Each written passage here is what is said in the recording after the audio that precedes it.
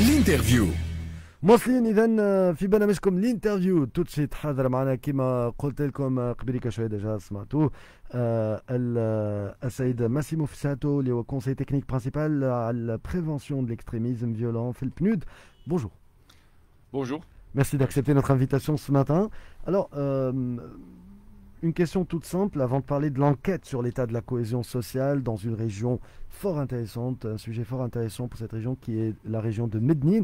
C'est que la Mednin ou l'enquête mais avant ça, j'aimerais bien parler un petit peu de votre collaboration d'une manière générale avec la lutte, avec la commission de la lutte contre le terrorisme et le projet Tarabot sur lequel vous travaillez. Et les indicateurs qui nous viennent un petit peu du terrain, parce que là, on va parler un focus sur Mednin avec cette enquête, mais d'une manière générale, comment ça se passe sur le territoire tunisien? Comment se passe ce travail que vous faites, qui est très important, ce travail qui est fait en amont? Très bien, si vous me permettez, je pars un peu de loin.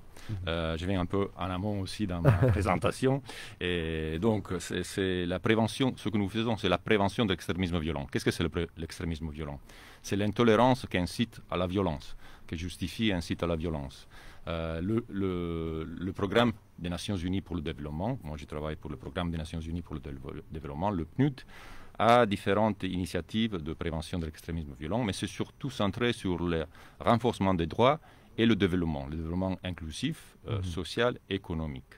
Là, en Tunisie, nous avons plusieurs projets qui essayent de faire un développement économique plus inclusif, de renforcer la justice et l'accès aux droits, d'appliquer un modèle de police de proximité, donc le travail de la police avec les citoyens, de renforcer le rôle de la société civile. Après, il y a le projet pour lequel je travaille, c'est le projet Tarabot. C'est un projet qui essaye de renforcer la cohésion sociale. Qu'est-ce que c'est la cohésion sociale? C'est la confiance et la collaboration. C'est la confiance des citoyens parmi eux, avec vos voisins, vos concitoyens, mais aussi la confiance dans l'État, dans les institutions. Et c'est la collaboration au niveau d'une communauté, mais c'est aussi la collaboration avec les institutions. Et on peut rentrer après dans le détail de l'enquête. Le problème qu'on a trouvé, c'est que cette confiance dans l'État est très, très, très faible. D'accord. Et cette confiance dans l'État, moi ça me rappelle une anecdote, on en parlait enfin en off, ce qui s'était passé à Ben Garden, il y a eu cette attaque terroriste et je me rappelle Feu Slim Sheikh donc ancien ministre de la Santé, des Finances, etc. et qui m'avait parlé une fois d'une anecdote fort intéressante qui avait, enfin lui il l'avait dit, il y avait un camion rempli d'armes en libre service pour que les citoyens se servent et viennent rejoindre les rangs des terroristes pour les soutenir dans cette attaque. C'est-à-dire dans leur attaque, il restait un facteur important, ils comptaient sur le soutien des populations pour avoir assez d'hommes et mener leur mission. En fin de compte, c'est le contraire, les citoyens se sont attaqués aux terroristes et ils ont soutenu. Mais aujourd'hui, quelques années plus tard, il me semble que vous m'en parliez d'ailleurs en off, que ces populations se disent en fin de compte que fait l'État pour nous? Ils se sont délaissés, c'était les héros d'un combat contre le terrorisme. Ce sont des gens qui occupent l'espace, qui sont très stratégiques pour notre pays, qu'ils soient là-bas ou qu'ils soient dans d'autres zones frontalières. Il faut occuper l'espace, c'est connu de par le monde. Et aujourd'hui, c'est des populations qui se sont délaissées. Est-ce que vous retrouvez ce sentiment chez eux? Oui, c'est bien ça. Et les événements de Ben Garden ont été un test. Ils ont démontré où la population se positionne par rapport à les institutions, l'État, la patrie, et par rapport à l'extrémisme violent. Ils ont fait un choix qui a été très très clair. Et au fait, je reviens au résultat de l'enquête. Il y a des éléments de cohésion très fortes, des sources de cohésion très fortes. C'est l'identification avec la patrie et l'identification avec le respect des libertés. Les libertés, c'est l'acquis de la révolution de 2011. Les gens considèrent que les libertés, c'est une source de cohésion pour les Tunisiens et l'attachement à la patrie est très très fort. Donc les événements de Ben Garden ont démontré ça aussi. Vous avez parlé de l'importance d'occuper l'espace, mais ce que nous proposons, c'est d'occuper l'espace, ne pas de façon militaire ou à travers les forces de sécurité, qui sont aussi nécessaires dans certains cas, mais c'est occuper l'espace avec le développement. C'est avec les écoles, avec les hôpitaux, c'est avec les entreprises privées, c'est avec le travail, l'emploi. Ça, c'est l'occupation d'espace qui peut vraiment renforcer une société et créer de la cohésion. Mhm. Et alors, ce rapport, justement, bon, il est consacré à la région de Médine, ce rapport sur la cohésion sociale, qu'est-ce qu'on apprend avec ce rapport?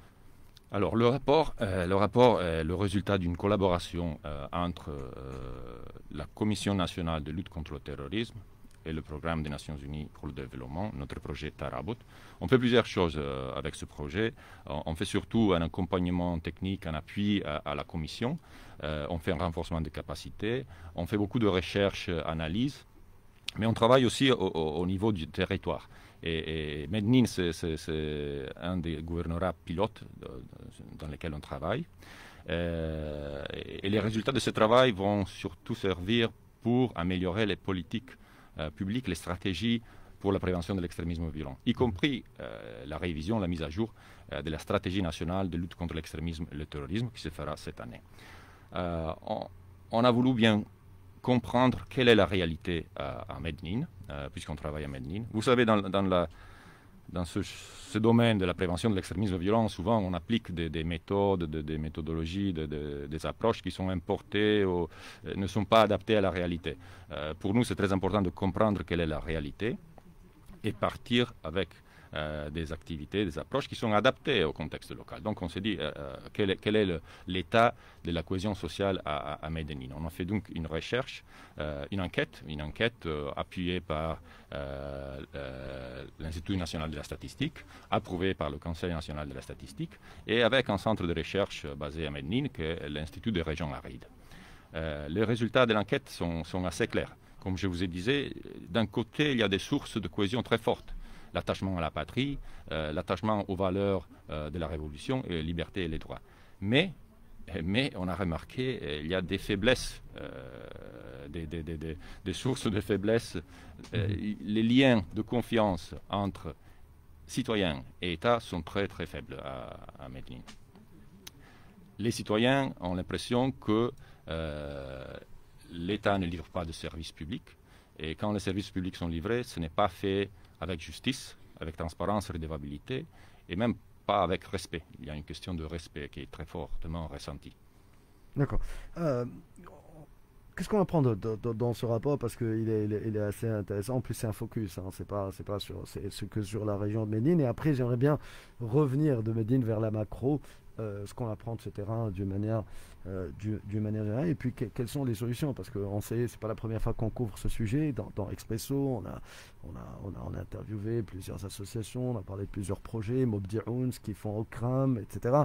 Enfin, aujourd'hui, il y a pas mal d'initiatives, mais parfois, je le sens, on dirait, c'est pas des coups d'épée dans l'eau. Enfin, on sait pas, parce que de toute manière, si ça a un impact, c'est ça ce qui est difficile dans le travail que vous faites, parce que si vous avez empêché des jeunes d'aller dans le mauvais chemin, vous ne le saurez pas de toute manière, parce que malheureusement, on sait que quand ça se passe mal, on se dit, on aurait peut-être dû faire autrement, mais tant mieux en tout cas qu'il y ait des gens comme vous aujourd'hui sur le terrain. Mais comment être sûr d'avoir les bons résultats aujourd'hui?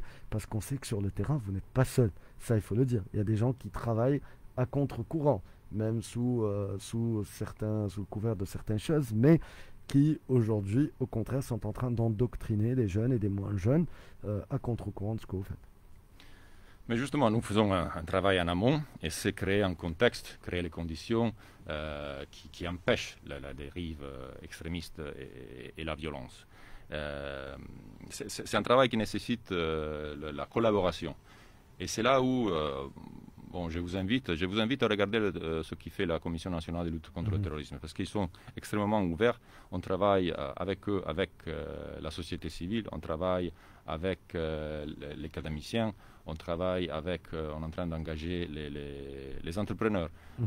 On fait des recherches sur les coûts économiques de l'extrémisme violent en Tunisie. Est-ce que vous avez un ou deux indicateurs sur ça? Vous auriez un indicateur, deux indicateurs sur ça par rapport aux coûts? Bon, la recherche n'est pas complétée, mais par exemple, il y a clairement un impact très négatif de la violence sur le secteur du tourisme. Et il y a un déplacement des dépenses publiques vers la sécurité. Donc tout ce qui pourrait être investi sur l'infrastructure mais même les services, les hôpitaux, les écoles, est investi sur la sécurité.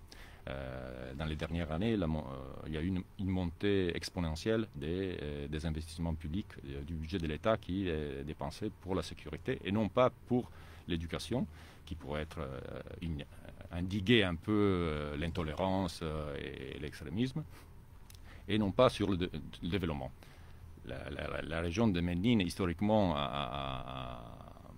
ressent d'un déficit de développement. Et aujourd'hui, ce sentiment de défiance vis-à-vis aux institutions est aussi indice d'un besoin de développement.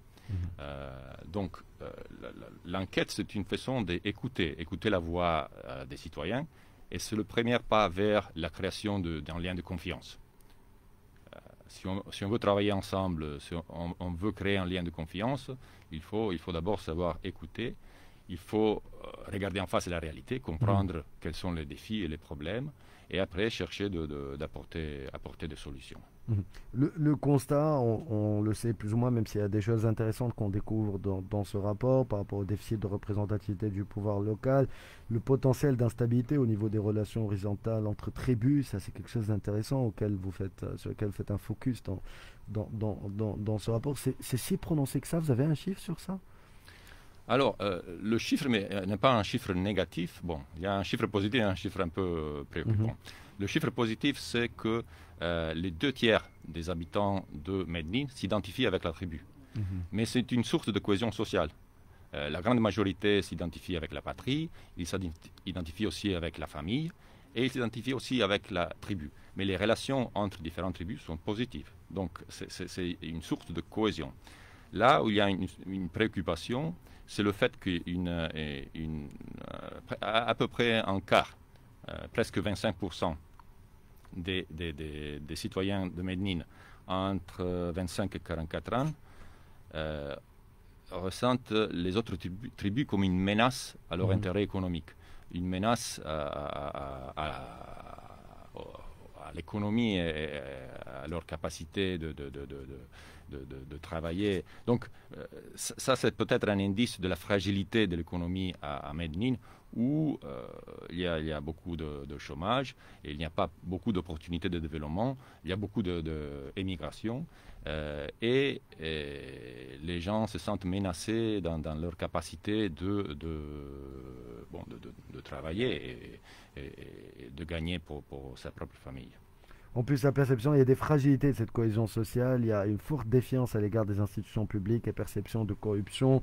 Ils sont très nombreux à voir la corruption partout, enfin pour eux, à ne pas avoir confiance dans les services de la douane, de la police, de la garde nationale, de la santé, et pour les tribunaux également. Donc le meilleur taux, c'est 35%, c'est pour les tribunaux. Les 35% n'ont pas confiance.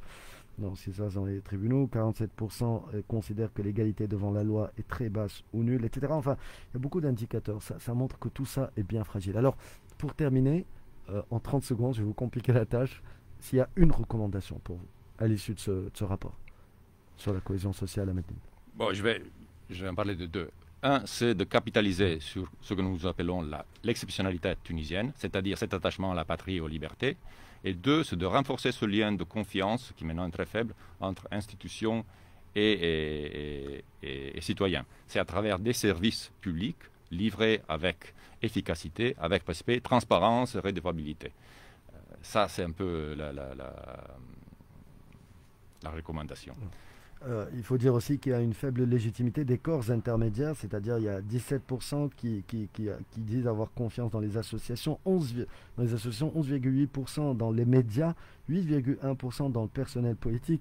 C'est très très bas, je ne m'attendais pas à ça. Non, exactement, ça complique la chose, parce que d'habitude, ce qu'on appelle les corps intermédiaires, les syndicats, les partis politiques, les médias, font le lien entre les citoyens et les institutions. Et là, même la confiance dans ces corps intermédiaires est très faible. Mais de l'autre côté, il y a une mobilisation informelle très forte à Médine. Il y a beaucoup d'organisations de la société civile, et maintenant il y a des mouvements informels qui se créent. Et il y a un besoin d'écouter ces mouvements, trouver façon de les engager de façon constructive et positive. Les liens formels entre citoyens et État sont un peu casser. Mais il y a un dynamisme dans la société des Médine qu'il faut savoir écouter. Merci à vous, Monsieur Massimo Fusato, je rappelle conseiller technique principal au PNUD. Et vous travaillez principalement sur le projet Tarabut. Merci, ça a été un plaisir. Merci. أقدم على مستمعينا tout de suite قبل تذكير العناوين على رأس الساعة نمشيو في دقيقة مع سي لطفي ديريكت بورس.